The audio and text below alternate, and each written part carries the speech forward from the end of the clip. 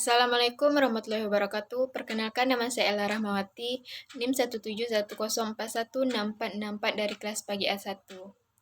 Di sini saya ingin menjawab UTS Manajemen Pemasaran Internasional, yaitu yang pertama, pengertian pemasaran internasional. Pemasaran internasional adalah pemasaran kinerja kegiatan bisnis yang dirancang untuk merencanakan, menetapkan harga, mempromosikan dan mengarahkan aliran barang dan jasa perusahaan kepada konsumen atau pengguna di lebih dari satu negara atau untuk mendapatkan keuntungan.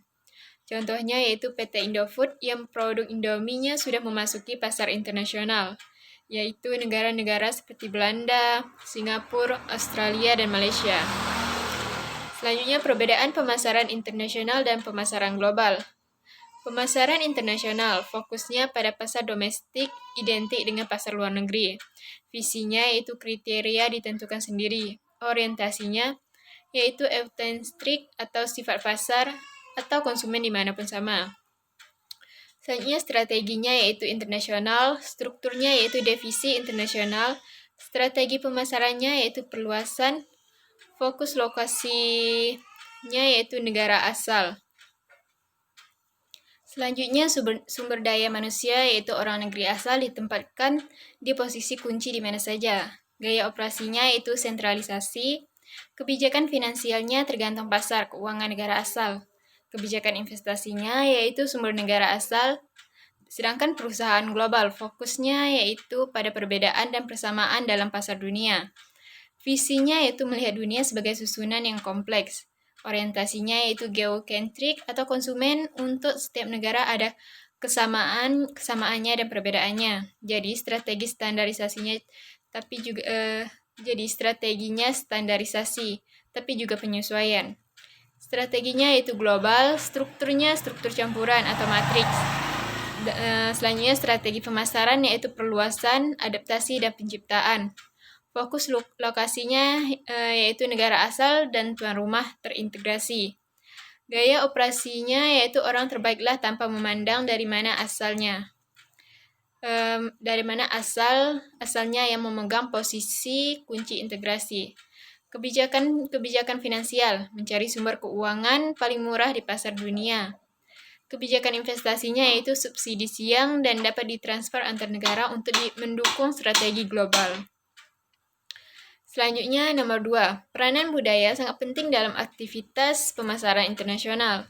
Karena budaya dijadikan sebagai jati diri dalam berinteraksi dengan masyarakat internasional. Karena kita akan menjadikan masyarakat global sebagai pangsa pasar yang harus dimaksimalkan potensi pasarnya. Selanjutnya, nomor 3. Berikut adalah beberapa faktor yang mendorong terjadinya perdagangan internasional. Yang A yaitu penguasaan ilmu pengetahuan dan teknologi. Negara-negara dengan penguasa ilmu pengetahuan dan teknologi yang tinggi akan mampu memproduksi barang dan jasa yang lebih banyak, berkualitas, dan tentunya efisien dibandingkan dengan negara yang lambat akan ipteknya. Hal ini bisa terjadi karena pemanfaatan teknologi sangat menghemat biaya produksi dan mampu menghasilkan barang yang lebih banyak. Yang B yaitu perbedaan kekayaan sumber daya alam. Setiap negara memiliki keadaan geografis yang berbeda-beda, sehingga perbedaan tersebut menjadikan setiap negara memiliki kekayaan sumber daya alam yang berbeda-beda pula. Pada dasarnya, sumber daya alam adalah faktor produksi negara. Selanjutnya yaitu yang C, perbedaan selera. Selera ternyata dapat menimbulkan perdagangan internasional. Terjadinya perbedaan kebudayaan, sistem politik, pandangan hidup, dan tatanan sosial menyebabkan terjadinya selera terhadap berbagai jenis komoditas. Yang D yaitu perbedaan iklim. Perbedaan iklim setiap negara menyebabkan terbatasnya potensi sumber daya alam. Akibatnya, tidak semua barang untuk memenuhi kebutuhan dapat dipenuhi sendiri oleh negara tersebut. Oleh karena itu, negara akan mengimpor dari negara lain. Yang E yaitu keinginan memperluas pasar dan menambah keuntungan. Ada kalanya para produsen menjalankan produksinya dengan tidak maksimal karena takut mengakibatkan kelebihan produksi sehingga menyebabkan kerugian. Namun, beberapa produsen sengaja melakukan produksi besar-besaran untuk menambahkan keuntungan sehingga akan mendorong mereka untuk melakukan perdagangan internasional.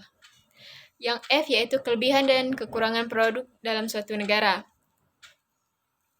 Kelebihan produk pada suatu negara atau surplus dan kekurangan kas dalam suatu negara atau defisit adalah suatu hal yang terjadi karena adanya perbedaan sumber daya alam dan kemajuan antara negara satu dan lainnya. Terjadinya surplus menyebabkan negara yang bersangkutan akan menjual hasil produknya ke negara lain, sedangkan negara yang mengalami defisit akan membeli barang dari luar negeri melalui perdagangan internasional. Selanjutnya, jawaban nomor 4. Bentuk-bentuk hambatan perdagangan antara lain yang satu yaitu tarif atau bea cukai. Tarif adalah pajak produk impor. Yang kedua yaitu kota. Kota membatasi banyaknya jumlah unit yang dapat diimpor untuk membatasi jumlah barang tersebut di pasar dan menaikkan harga. Yang ketiga yaitu subsidi. Subsidi adalah bantuan pemerintah untuk produsen lokal. Subsidi dihasilkan dari pajak. Bentuk-bentuk subsidi di antara lain bantuan keuangan, pinjaman dengan bunga rendah, dan lain sebagainya. Yang keempat yaitu muatan lokal, dan yang kelima peraturan administrasi, dan yang keenam peraturan anti-dumping. Selanjutnya jawaban nomor 5. Tujuan utama pengelompokan pasar adalah untuk membagi pasar yang masih sangat luas menjadi beberapa pasar yang bersifat homogen. Secara lebih lengkap berikut ini adalah beberapa tujuan dilakukannya pengelompokan pasar.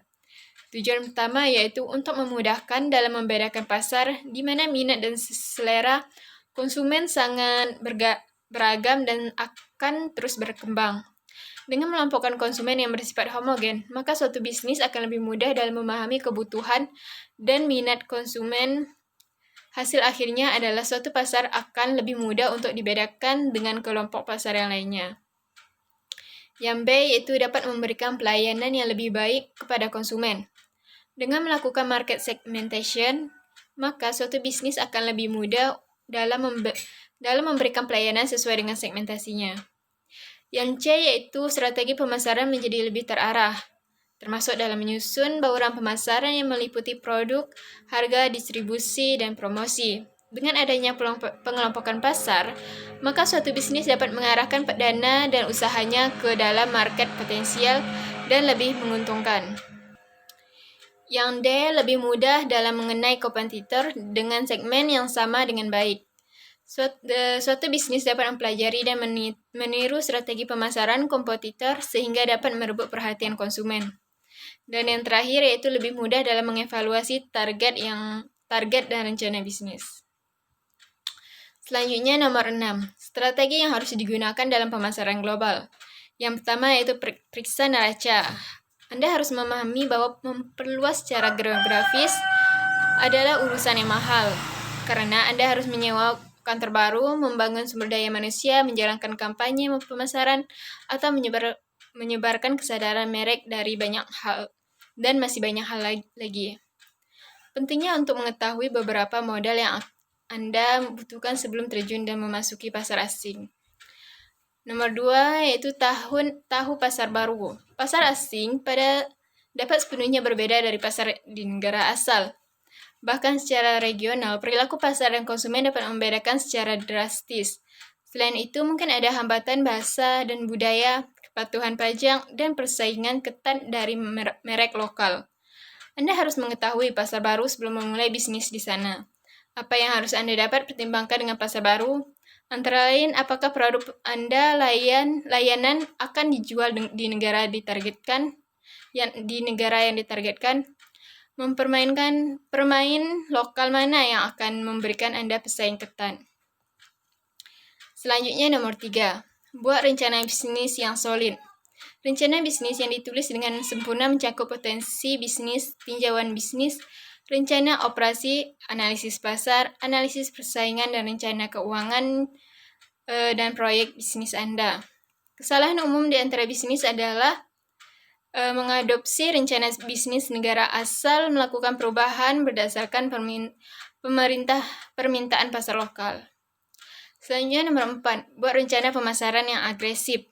baik itu pemasaran konten, pemasaran media sosial, pemasaran inbound, atau jenis pemasaran lainnya. Anda selalu menyesuaikan strategi Anda sesuai dengan pasar lokal. Yang kelima yaitu memiliki rencana untuk meningkatkan modal.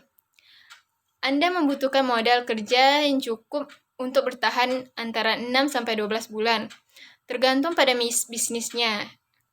Itu selalu lebih baik untuk memiliki rencana sehingga Anda dapat mengumpulkan uang untuk bisnis Anda jika Anda menghadapi kelelahan keuangan.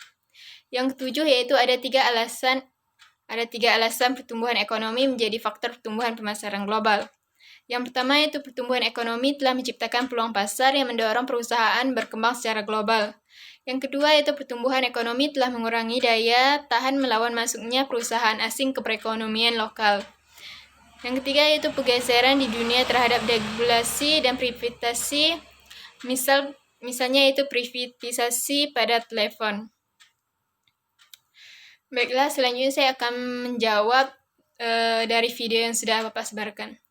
Dari video yang itu yaitu judulnya Pemasaran Internasional, Standar ISO 9000 dalam Perdagangan.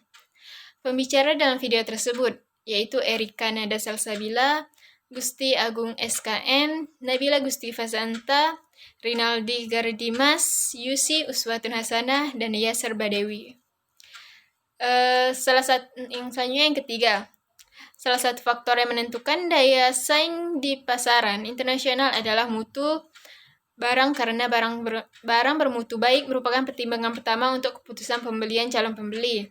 Mengapa harus menggunakan ISO 9000? Yang pertama ada dua unsur dalam ISO 9000.